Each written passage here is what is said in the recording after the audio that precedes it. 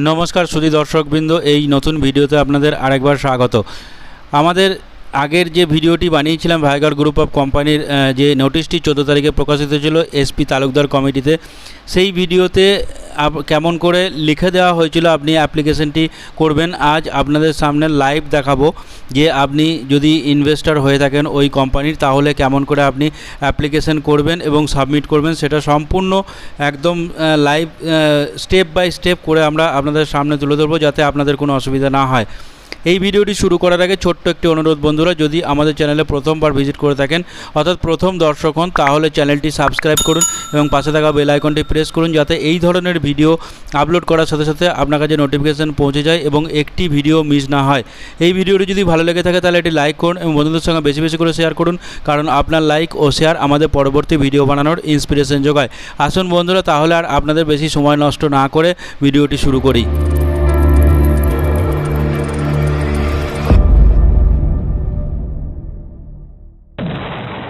এই ভাইগর group of কোম্পানির যে 14 তারিখে নোটিশটি দিয়েছে, সেই নোটিশের ভিত্তিতে যে আমরা আগের ভিডিওটি দিয়েছিলাম, সেই ভিডিওতে কেমন করে লাইভ আপনারা অ্যাপ্লিকেশন করবেন সেটা এখানে দেখাবো। তো আপনারা যে ইনভেস্টারে ক্লিক করার পর এইরকমভাবে আপনার সামনে একটা ইন্টারফেস খুলবে। দেখুন ডান দিকে ইনভেস্টার, এখানে সিলেক্ট কোম্পানি, এখানে কোম্পানিটিকে আপনাকে ভাইগর গ্রুপ অফ কোম্পানি সিলেক্ট করতে হবে। এই কোম্পানি সিলেক্ট করার পর দেখুন ইনভেস্টর নেম আছে। এই ইনভেস্টর নেমটি আপনি যে সার্টিফিকেটে যে নাম আছে সেখানে আপনি আপনার নামটি এখানে টাইপ করবেন, তারপর সার্টিফিকেট নাম্বারটি তারপরের জায়গায় টাইপ করার পর আপনার যে ক্যাপচা আছে সেই ক্যাপচাটি টাইপ করবেন এবং ক্যাপচাটা দেখবেন কেস সেন্সিটিভ, তাই ক্যাপিটাল লেটার বা যেটা ডিজিট আছে সেটা ঠিকঠাক টাইপ করবেন। যদি ঠিকঠাক টাইপ না করেন তাহলে কিন্তু এখানে একটি মেসেজ দেবে, দেখুন ইনভ্যালিড ক্যাপচা। তো আমি ক্যাপচারটি ভুল টাইপ করেছিলাম, তাই এটা ইনভ্যালিড বলে এসছে। এখন আমি ক্যাপচারটি ঠিকঠাক টাইপ করব, তাই দেখুন এটা টাইপ করার পর যে সার্চ বাটনটি আছে সাইডে, সেই সার্চ বাটনে গিয়ে ক্লিক করবেন। সার্চ বাটন ক্লিক করার পর আপনার সামনে এই ইন্টারফেসটি খুলবে। এখানে দেখুন click here for investor entry আছে, এখানে ক্লিক করবেন।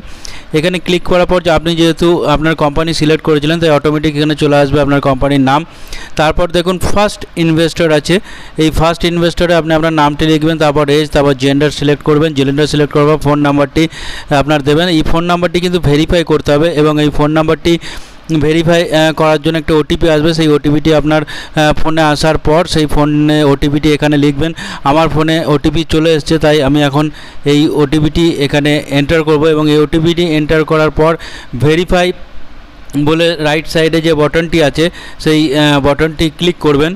সেই বাটনটি ক্লিক করার পর দেখবেন ভেরিফাই মোবাইল নাম্বার যেটা আছে, দেখুন ওটিপি ওয়াজ ভ্যালিডেটেড বলেছে। এখানে ক্লিক করার পর ভেরিফাইড বাটনটি গ্রিন হয়ে গেছে, অর্থাৎ আপনার মোবাইল নাম্বারটি ভেরিফাই হয়ে গেছে। এবার আপনি আপনার যে আইডেন্টিটি আছে সেই আইডেন্টিটি সিলেক্ট করবেন এবং সেই আইডেন্টিটি সিলেক্ট করার পর তার নাম্বার দেবেন। আমি আধার কার্ড সিলেক্ট করেছি বলে আধার নাম্বারটি দেওয়া হয়েছে। আপনার সার্টিফিকেট যদি জয়েন্ট ইনভেস্টর থাকে তাহলে সেকেন্ড ইনভেস্টরের নাম, এজ এবং তার জেন্ডার সিলেক্ট করবেন। করার পর সেই সেকেন্ড ইনভেস্টরের ফোন নাম্বার এবং তার আইডেন্টিটি একবারে যেরকম আগেভাবে সিলেক্ট করেছিলেন ঠিক সেরকমভাবে সিলেক্ট করবেন। সিলেক্ট করার পর আপনার যে name of the father oblique husband, অর্থাৎ আপনার ফার্স্ট ইনভেস্টরের নেম অবলিক ফাদার আসবে, সেখানে লিখে দেবেন। তারপর অ্যাড্রেস লিখবেন, স্ট্রিট লিখবেন। স্ট্রিট লেখার পর আপনার দেখুন ভিলেজ, টাউন অবলিক সিটি আছে, আপনি এই কলমটি ভরার পর পোস্ট অফিস আছে, তারপর পুলিশ স্টেশন আছে, তারপর স্টেট আছে, যে স্টেটে আপনি বসবাস করেন সেই স্টেটটি এখানে ভরবেন। সেই স্টেটে ভরার পর সেখানে ডিস্ট্রিক্টটি বসবাস করেন সেই ডিস্ট্রিক্টে আপনি এখানে ক্লিক করবেন এবং সেখানে পিনকোডটি আপনি এখানে লিখবেন। এবার আসুন ব্যাঙ্ক ডিটেলসে। ব্যাঙ্ক ডিটেলস আপনার যে ব্যাঙ্কে অ্যাকাউন্ট আছে সেই ব্যাঙ্কটি এখান থেকে সিলেক্ট করবেন। সিলেক্ট করার পর নেম অফ দ্য ব্রাঞ্চ আছে এখানে সেটা লিখবেন। তারপর আছে name of the branch code, তারপর savings account number, IFC code, তারপর এমআইসিআর কোড। এইগুলো কিন্তু আপনি সব ব্যাঙ্ক পাসবুকের প্রথম পেজে অথবা একটা চেকের মধ্যে পেয়ে যাবেন। এবার আপনার যে ডিটেলস অফ ইনভেস্টমেন্ট সেটা দেখব কি ভরতে হবে এখানে। এটা আমানতকারীর নাম্বার, তারপর তার প্রশংসাপত্র কার নামে আছে, তারপর আপনি কত তারিখে আমানত জমা করেছিলেন এবং আমানতের সেই তারিখটি এখান থেকে সিলেক্ট করে নেবেন যে তারিখে আপনি জমা করেছিলেন। তারপর আমানতের পরিমাণ আপনি কত টাকা ইনভেস্ট করেছিলেন, তারপর ডেট অফ ম্যাচুরিটি আপনি কত তারিখে আপনার ম্যাচুরিটি হয়েছে সেটা এখানে দেবেন। তারপর অ্যামাউন্ট রিসিভড বা ম্যাচুরিটি আপনি যদি কোনো অ্যামাউন্ট রিসিভ করে থাকেন তাহলে লিখবেন, নাহলে জিরো লিখবেন। তারপর কত টাকা ফেরত পাওয়া যায়নি সেটা লিখবেন।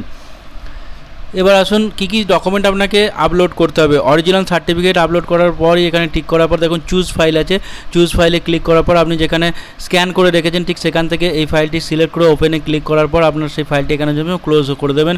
এরকমভাবে আপনি প্রত্যেকটা ডকুমেন্ট আপলোড করবেন এবং এই ডকুমেন্টগুলো যেন পিডিএফ বা জেপিজি ফরম্যাটে হয়।